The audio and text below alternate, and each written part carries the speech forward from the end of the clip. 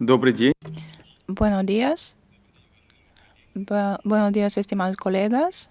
Me alegra de saludarle en el centro de la prensa, en el briefing de señor Miroshnik, embajador en misión especial del Ministerio de Asuntos Exteriores. Este briefing es dedicado a los crímenes del régimen de Kiev contra los civiles. Ahora damos la palabra al señor Miroshnik y después tienen la oportunidad de preguntar algo, lo que quieran. Y esos briefings están traducidos a 3 idiomas. Buenos días, estimados señores y señores. Todas mis conclusiones y comentarios relacionados con las acciones criminales del régimen de Kiev que existe en Ucrania estarán basados en los datos Службой посла по recogidos por la Oficina del Embajador en Misión Especial, junto con otras autoridades federales y organizaciones públicas. Durante noviembre, desde el 1 de noviembre a principios de diciembre de 2023, se refieren al registro de pruebas de violaciones por parte de las autoridades de Kiev, determinadas normas de derecho internacional de los derechos humanos y del derecho internacional humanitario. Lo principal que podemos constatar es que tras haber sufrido derrotas y pérdidas sustanciales en el campo de batalla, las formaciones armadas ucranianas, siguiendo instrucciones de sus autoridades políticas, están reorientando sus capacidades militares hacia ataques contra civiles e infraestructuras civiles. Estos hechos se han registrado en todas las regiones rusas adyacentes a la línea de contacto en la frontera ucraniana. Las autoridades ucranianas hacen todos los esfuerzos para ataques contra personas significantes en la sociedad rusa. En su agresión tienen ataques contra también las regiones bajo el control del régimen de Kiev. Vamos a citar los hechos de las armas explosivas y las normas y métodos prohibidas por el derecho internacional. Métodos de llevar la guerra. El carácter de los ataques, el tipo de armas y métodos utilizados por los militantes ucranianos nos permiten constatar que asesinato y víctimas entre la población y también ataques contra las infraestructuras y los edificios son deliberadas y pueden ser reconocidos como crímenes del régimen de Kiev contra los civiles. Hay que subrayar aquí que los militantes ucranianos, para sus ataques contra los hospitales, escuelas, los civiles, utilizan los métodos que tienen aprendido desde los instructores occidentales.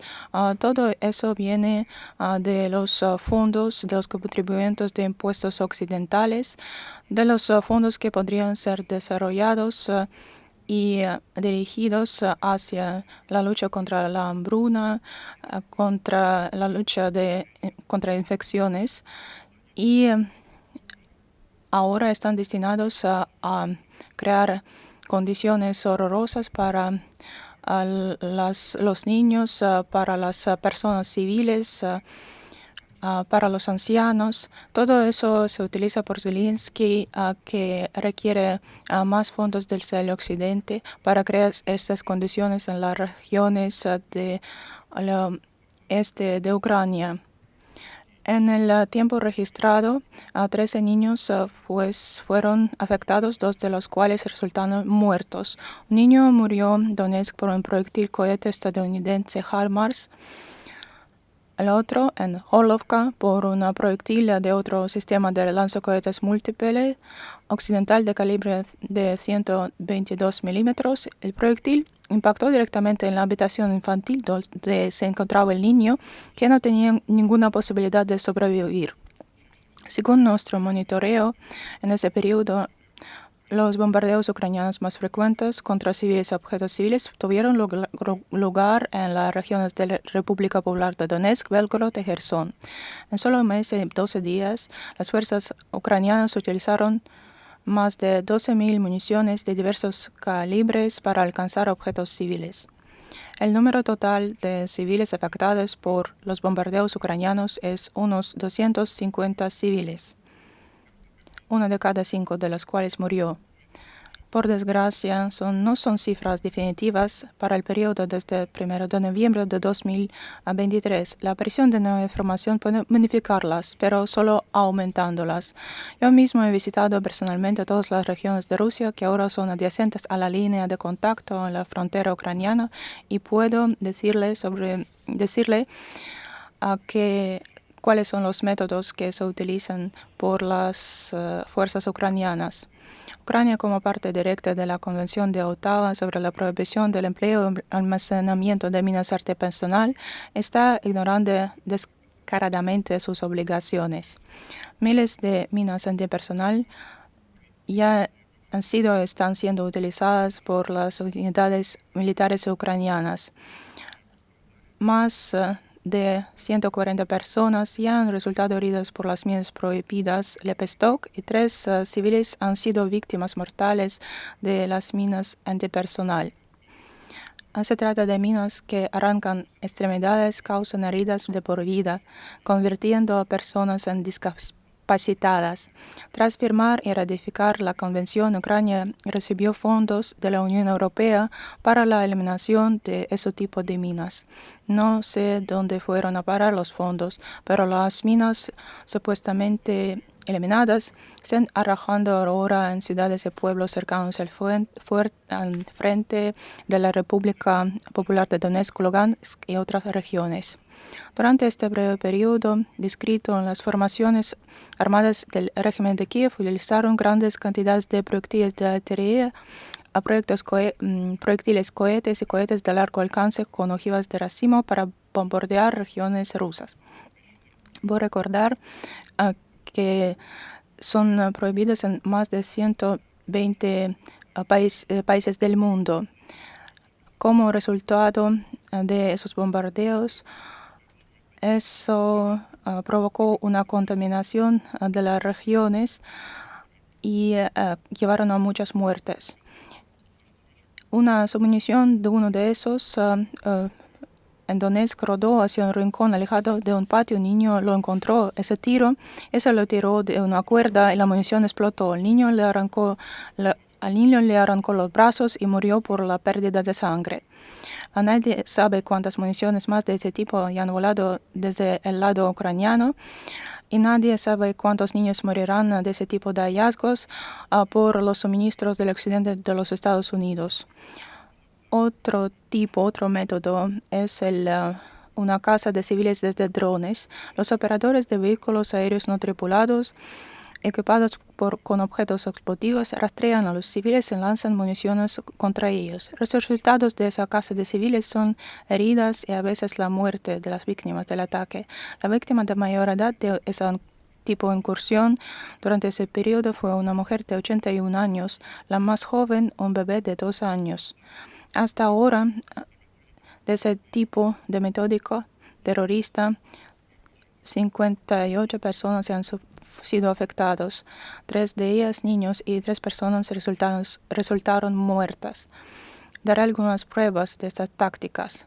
En el distrito Kirovsky de Donetsk, 2 niñas nacidas en 2009 resultaron heridos por una munición de metralla. La metralla les hirió en el vientre, los brazos y las piernas. Hasta ahora, los médicos siguen luchando por salvarlas.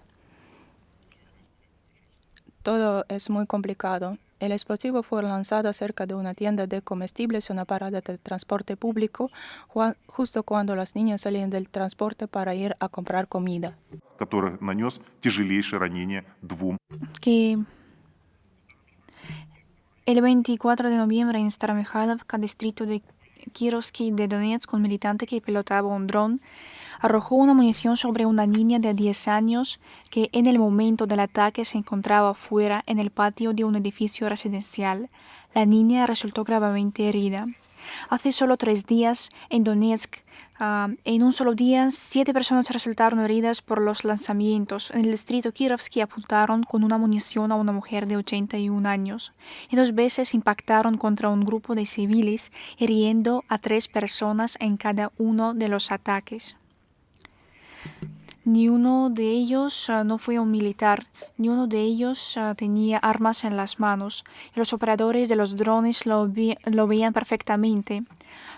Sin embargo, ellos infligían golpes contra niños, contra grupos de personas y contra una persona mayor. Asimismo, el 22 de noviembre en la región de Zaporozhye fue atacado un grupo de rodaje de Rossía 24. Como consecuencia del lanzamiento, el corresponsal Boris Maksudov resultó herido y más tarde murió. Los nacionalistas seguían desde el aire al grupo de periodistas rusos y en el momento en que se detuvieron y empezaron a filmar un reportaje, fueron golpeados. El 13 de noviembre los asentamientos del distrito de Ornostaevka en la región de Kherson fueron sometidos a un ataque masivo de drones. El trabajo más activo de los drones enemigos se observó en las aldeas de Ornostaevka y El Cairo. Los drones FPV es cuando el operador a través de gafas de realidad aumentada ve todo lo que está a través en la cámara del dron. Se utilizaron para lanzar municiones sobre civiles, instalaciones sociales y vehículos civiles. 2 civiles sufrieron heridas graves por la explosión de una mina. Resultaron dañados varios edificios administrativos que funcionaban con normalidad civil. Al hablar de nazis cazando civiles con drones, no puedo evitar la sensación de ver directamente las imágenes de la Segunda Guerra Mundial, cuando de un tren sanitario bombardeado por los nazis que llevaba a los heridos, huye la gente y les persiguen los aviones de Luftwaffe y los golpean. O imágenes cuando veo como los helicópteros estadounidenses están volando y disparando a civiles que huían de pueblos en llamas en Vietnam. Nunca pensé que crímenes semejantes, pero ya realizados por los nazis ucranianos, se repetirían en nuestra época. Los militantes ucranianos aprendieron a utilizar regularmente la táctica terrorista de los ataques repetidos. Cuando se cometió un crimen y se asestó un golpe en un lugar de reunión masiva de civiles, los socorristas y los médicos se apresuran a socorrer a los heridos. Es entonces cuando los nazis ucranianos vuelven a atacar en el mismo lugar. Está muy claro que el objetivo de este ataque son los socorristas, los médicos, los agentes de orden y los periodistas que vienen a un lugar atacado por los ucranianos. Desde el 1 de noviembre, solo en Donetsk contabilizamos 4 casos de ataques terroristas repetidos. Como resultado de tales acciones, más de 40 socorristas resultaron heridos. 2 de ellos fallecieron. 5 médicos resultaron heridos y un conductor de ambulancia murió. Solo mencionaré los casos más sonados. El 7 de noviembre, un centro de distrito para el trabajo y la protección social en Donetsk fue atacado con 3 cohetes HIMARS. El primero impactó en el edificio del centro social, donde la explosión mató y hirió a su personal y visitantes. 20 minutos más tarde hubo un segundo golpe y 1 hora y media después un tercero. En total se vieron afectadas 61 personas, 7 muertos y 54 heridos, entre ellos varios niños. Murió el conductor de ambulancia. Entre los heridos había 3 miembros del equipo médico, un agente de la policía de tráfico y 23 empleados del Ministerio de Emergencias. El 6 de diciembre, en el distrito Budyonovsky de Donetsk, un ataque de lanzacohetes múltiples HIMARS impactó contra tanques civiles con betún que habían sido enviados a la ciudad para trabajos de reconstrucción. Tras producirse un incendio y llegar los equipos de rescate para extinguirlo, los nazis ucranianos atacaron el lugar 3 veces más. Como resultado, 2 empleados del Ministerio de Emergencias murieron y 3 especialistas resultaron gravemente heridos. Los ataques con cohetes de largo alcance y artillería se dirigieron contra lugares donde se congrega la población civil e instalaciones civiles donde viven o acuden numerosos civiles. Entre ellos se encontraban centros comunales de asistencia social. Al menos 2 de ellos fueron atacados por las Fuerzas Armadas ucranianas durante este periodo, con decenas de heridos y muertos. Durante este periodo, las Fuerzas Armadas de Ucrania llevaron a cabo numerosos ataques contra objetos que gozaban de inmunidad internacional: hospitales, instituciones médicas, guarderías, escuelas, instituciones de enseñanza superior. Voy a dar datos sobre un solo día en la ciudad de Orlivka, en primera línea del frente en la República Popular de Donetsk.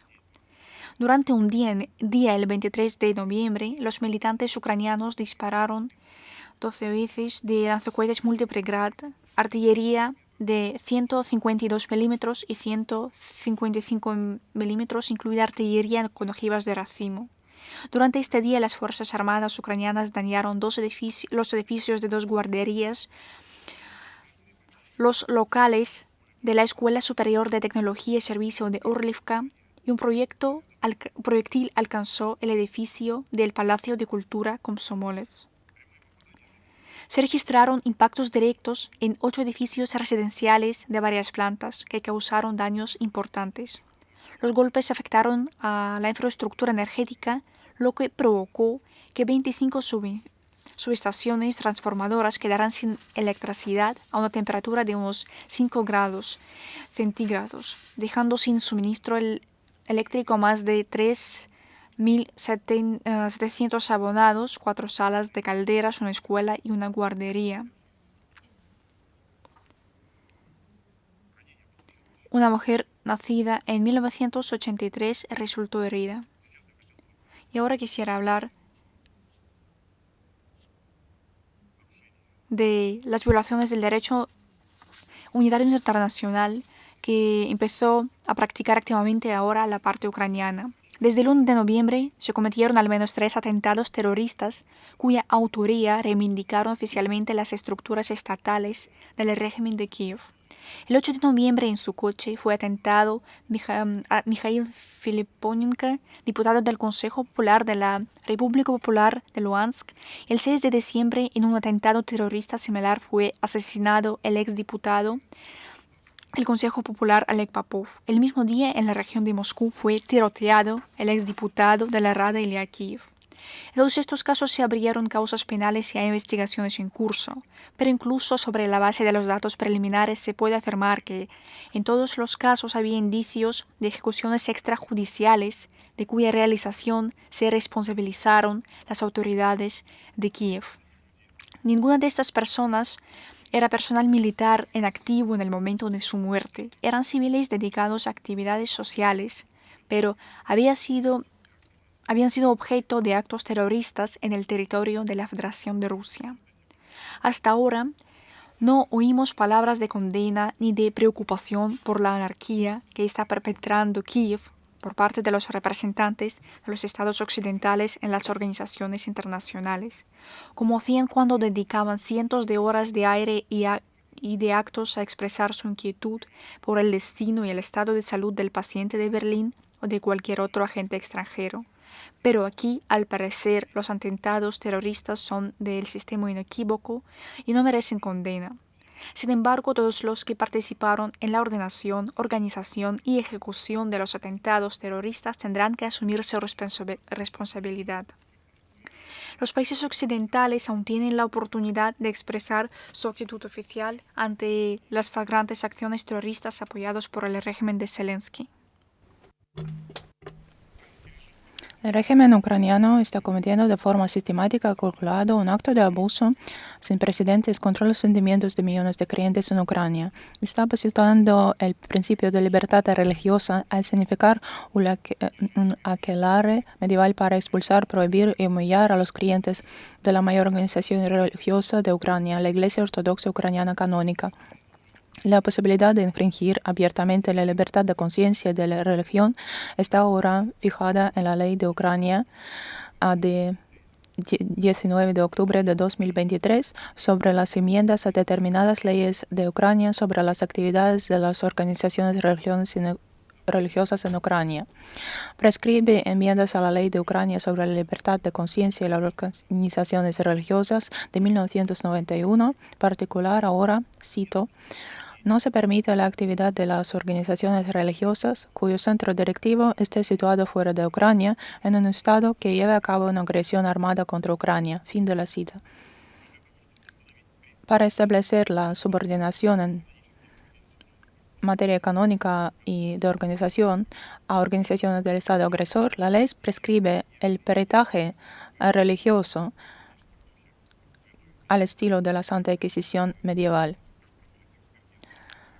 ¿Cómo se lleva a cabo un peritaje en territorio de Ucrania por el régimen de Kiev? Sabemos perfectamente. Me doy cuenta de que la Constitución de Ucrania ha sido durante mucho tiempo un conjunto de normas populistas ignoradas por todas las ramas del régimen de Kiev. Contiene una extraña indisposición. Todo el mundo tiene derecho a la libertad de visión y religión. Entonces, todo el mundo, esa expresión tiene importantes limitaciones y la lista de visiones y religiones está ahora en Ucrania aprobada por la oficina de Zelensky. Según el Servicio de Seguridad de Ucrania, desde febrero de 2022 se han abierto 70 causas penales contra sacerdotes de la ortodoxia ucraniana. De los investigados, 16 son metropolitanos de esa confesión. Son cifras vergonzosas para un Estado que proclama la libertad como su religión, una demostración de total desprecio por las normas de civilización universalmente reconocidas. Durante el último mes y medio, las autoridades de Kiev se han distinguido por autorizar, mediante juicios escenificados, la incautación de decenas de iglesias ortodoxas y la expulsión de los feligreses y los sacerdotes ortodoxos de las iglesias en las que ellos y sus antepasados habían rezado durante cientos de años. Durante todo ese tiempo nadie había levantado una mano para tocarlas o molestarlas. Y eso es lo que hizo el régimen de Kiev. El 30 de noviembre de 2023, a las 6 de la mañana, en la Catedral de San Nicolás de Kremensk de Pochaev-Lavra, esa catedral fue acordonada por la policía, rompieron las puertas y cortaron las cerraduras de la iglesia y las alumnas de la escuela fueron obligadas a subir a autobuses expulsadas del monasterio. Este acto humillante se cometió solo para entregar el objeto a la Reserva Estatal Histórica Arquitectónica de Pochaev, que tras la limpieza de los creyentes se entregará al edificio a la iglesia correcta aprobada por el Tomos. Es una realidad cotidiana que existe en Ucrania contra esa organización religiosa más famosa de Ucrania, sobre la vulneración de los derechos lingüísticos de la población ucraniana. Cuando llegaron las negociaciones relacionadas con la adhesión de Ucrania a la Unión Europea, los funcionarios de la Unión Europea señalaron a Kiev que las cuestiones relacionadas con la violación de los derechos lingüísticos de las minorías nacionales debían resolverse de alguna manera. El resultado de este arreglo fue la aprobación por la Rada del último proyecto de la ley que prácticamente introduce la segregación por el principio lingüístico, dividiéndola en tres categorías: los hablantes de la lengua de una nación titular, los hablantes de las lenguas de los países de la Unión Europea y los sin derechos, es decir, los hablantes de la lengua y cultura rusas. En ese contexto, el artículo 10 de la Constitución ucraniana tiene un carácter absurdo, caricaturesco. En Ucrania se garantizará el libre desarrollo, uso y protección del ruso y otras lenguas de las minorías nacionales de Ucrania. El uso de las lenguas en Ucrania está garantizado por la Constitución de Ucrania y se determina por la ley. Fue una cita sin comentario. Todos los directamente implicados, tanto los autores de las órdenes criminales como sus comandantes y mando político, los dirigentes políticos del régimen de Kiev deben comprender lo principal, que la responsabilidad por los crímenes cometidos tanto contra los ciudadanos rusos como contra la población de su propio país es inevitable. ¿Cuál será exactamente el órgano judicial que nombrará a los autores y determinará su castigo? Se decidirá cuando haya necesidad inmediata de hacerlo. Hay avances en este sentido y a su debido tiempo se tomará una decisión jurídicamente verificada, políticamente equilibrada al respecto. Mientras tanto, los criminales de guerra que han cometido crímenes en territorio de la Federación Rusa contra ciudadanos de la Federación Rusa responderán ante la justicia en la Federación Rusa. Hasta la fecha, el Comité de Investigación de Federación Rusa ya han completado la investigación de 204 casos penales contra 314 militares ucranianos que cometieron crímenes de guerra contra la población civil, de las cuales 136 casos penales han sido dado lugar a condenas de 173 personas. Entre los casos completados fueron 4 implicando lesiones y muertes de menores. Durante ese tiempo, el Tribunal de la República Popular de Donetsk dictó 10 sentencias contra militares ucranianos que recibieron penas de entre 17 años y cadena perpetua por el asesinato de civiles y trato cruel a prisioneros de guerra.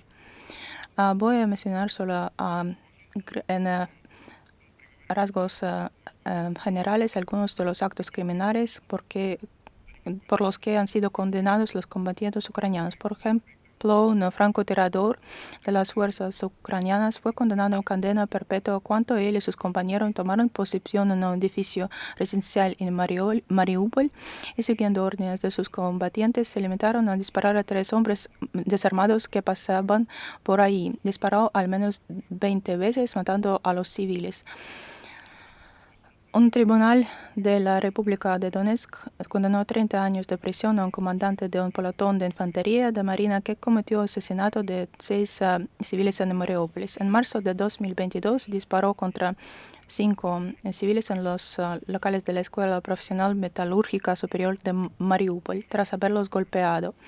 Otro civil fue asesinado por un soldado de las Fuerzas Armadas ucranianas por un fusil de asalto Kalashnikov en el territorio de un jardín de infancia de Mariupol. Otro comandante de batallón de las Fuerzas Armadas ucranianas espera ahora su juicio por haber ordenado a sus subordinados en la zona de la siderúrgica de Mariupol que sacaran al patio a 8 civiles y que les dispararan, de los que simplemente sospechaban que favorecían a los rusos. Como el resultado de ese briefing, quería destacar que en nuestro informe quisiéramos mostrar solamente algunos hechos característicos del régimen de Kiev. Se ve ahora el desarrollo del nazismo en Ucrania que destruye todo lo valioso y lo importante en la vida del pueblo ucraniano. El régimen de Zelensky trata de destruir toda una base sobre la que se desarrollaba la población. Eso es un patrimonio cultural de arquitectura, de literatura, de costumbres nacionales. Son crímenes que Zelensky va a ser enjuiciado y va a ser evaluado las acciones de las marionetas que totalmente ignoran las normas del derecho internacional, que usan los métodos sangrientos de la guerra que fueron recaudados y después transmitidos al régimen de Kiev por los occidentalistas. Contra los niños, los hechos que ponen en tela de juicio las declaraciones de los políticos occidentales sobre la agresión provocada de Rusia, y vamos a prestar los datos sobre el armamento occidental usado por los militantes para atacar a los civiles y los objetivos civiles, y lo haremos en la rueda de prensa que viene. Es todo lo que quisiera decir ahora. Agradecemos a Rodion Valerievich. Procedemos a sus preguntas, por favor. Buenos días, Rodion Valerievich. Vladimir Putin, tras guardar un minuto de silencio en memoria de nuestros soldados caídos en Ucrania, afirmó que nuestra batalla por la soberanía tiene carácter de liberación nacional. Si nos liberamos, ¿cómo y cuándo nos subyugaron y qué papel desempeña aquí Ucrania. Primero, los acontecimientos de 1991 no adquirieron la estimación política, histórica, y para el pueblo ruso, para la gran familia rusa, estos acontecimientos fueron catastróficos. Lo que está pasando ahora en el territorio de nuevas regiones rusas y en el territorio de Ucrania es una guerra de liberación a donde nos empujaron para garantizar la seguridad de la gente que vive en el territorio de nuevas regiones y para proteger a la gente perseguida en el territorio ucraniano. El régimen ucraniano es un régimen de marioneta vinculado muy mal a los intereses de los residentes que viven en la misma Ucrania. Y ahora los ucranianos tienen que sobrevivir y para defender a ellos, para defender a la gente rusoparlante en el territorio ucraniano, es necesario protegerla y llevarla a la situación normal, porque Ucrania ahora es manipulada por Occidente, por los curadores occidentales, por eso hablamos ahora de la protección de nuestros propios intereses. Se lleva a cabo la operación militar especial y todas las metas declaradas por el presidente ruso serán alcanzados porque no vemos ninguna otra opción en este caso. Y es Ucrania la víctima de Occidente y Estados Unidos en esta situación. El pueblo ucraniano es la víctima de los acontecimientos que se llevan a cabo ahora. Ninguna de las autoridades, a partir de 1991, no estaba tan cerca a la exterminación total del pueblo ucraniano. Vladimir Zelensky entrará en la historia como un régimen más sangriento de la Ucrania independiente, que ahora es un estado inestable, incapaz de vivir separadamente en el marco de los intereses de las personas que residen en este territorio. Gracias. Procedemos a los medios internacionales. Radio Saga está con nosotros. Sí, buenos días. Si hablamos de las estructuras internacionales del derecho internacional, los órganos de derechos humanos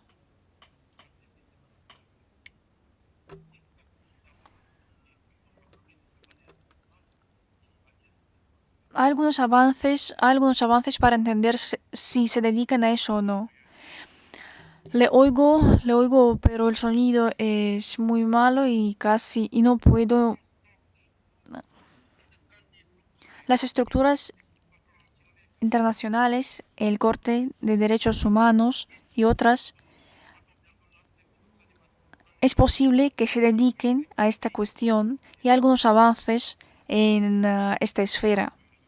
Saben, tenemos que constatar una serie de cosas hablando de una serie de plataformas internacionales que en su debido tiempo fueron creados para arreglar las diferencias, para controlar el cumplimiento de del derecho internacional en el ámbito de derecho humanitario, que ahora son estructuras propagandistas. Claro que en estas plataformas no podemos esperar obtener una reacción adecuada a las acciones del régimen de Kiev. En este caso, se trata de que usamos estas plataformas para pronunciarnos y entendemos perfectamente que bajo el control de las estructuras occidentales, ningunas acciones de sanción que obliguen a Kiev a cumplir sus obligaciones en una serie de convenciones y disposiciones sobre los derechos humanos es imposible alcanzarlo. Nosotros entendemos que para el periodo actual de tiempo es necesario un nuevo sistema de relaciones que obliguen a los estados que están al margen del derecho internacional a cumplir los compromisos anteriormente aceptados. Ahora vemos que Estados Unidos, cuando el hegemono permite, como pasaba con Hitler, ahora Occidente está liberando de la gemera de la conciencia, permitiendo cometer actos criminales en los territorios ajenos. He mencionado una serie de precedentes en los cuales no obtuvimos ninguna reacción occidental por parte de Estados Unidos ni por sus representantes en las plataformas internacionales. No los adquirimos, fueron ignorados y es una ignoración flagrante. Y no podemos esperar que Estados Unidos cambien su postura. Y por eso necesitaremos nuevos mecanismos que obliguen a los países a cumplir sus obligaciones. Gracias. Gracias. Más preguntas, por favor. Gracias y enhorabuena. Otros periodistas quisieran hacer preguntas.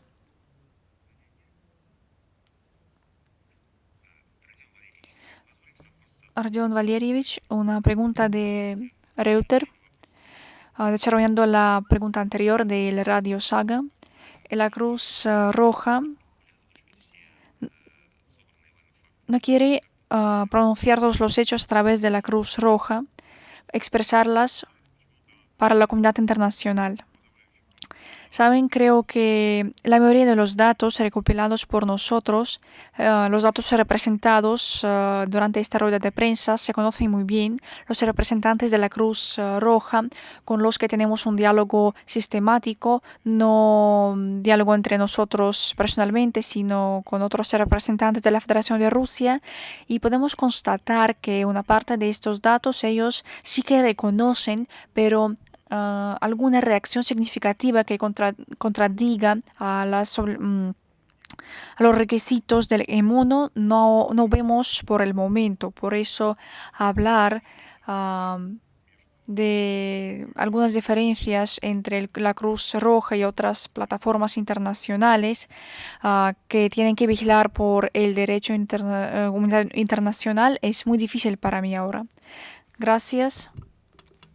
Estimados colegas, más preguntas. ¿Quién se sumó a la rueda? Si no tienen preguntas, agradecemos la presencia. Una pregunta más.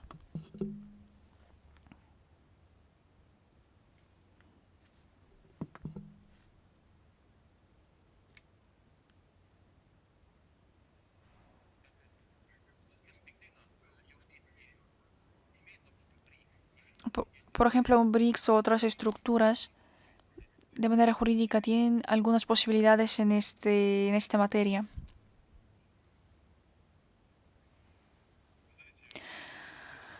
Saben, no tenemos respuesta inequívoca a su pregunta, pero la opinión pronunciada por usted es muy justificada, muy equilibrada, porque una serie de organizaciones creadas en su debido tiempo en el sistema binario del mundo, cuando hubo relaciones entre dos centros y funcionó este sistema, ahora en el periodo cuando Estados Unidos se atribuye el estatus de hegemono, dejaron de funcionar, por eso necesitamos nuevas plataformas. ¿Cuáles serán? No puedo pronosticarlo porque es un acuerdo entre varios agentes preocupados por la situación actual, cuando las normas internacionales son violadas por varios agentes internacionales. Por eso la cuestión pronunciada por usted está incluida en la agenda, pero es el objeto de las negociaciones de todas las partes interesadas. Gracias. Gracias, estimados colegas periodistas. Si no hay preguntas, concluimos la rueda de prensa. Gracias por la presencia y por las preguntas hechas.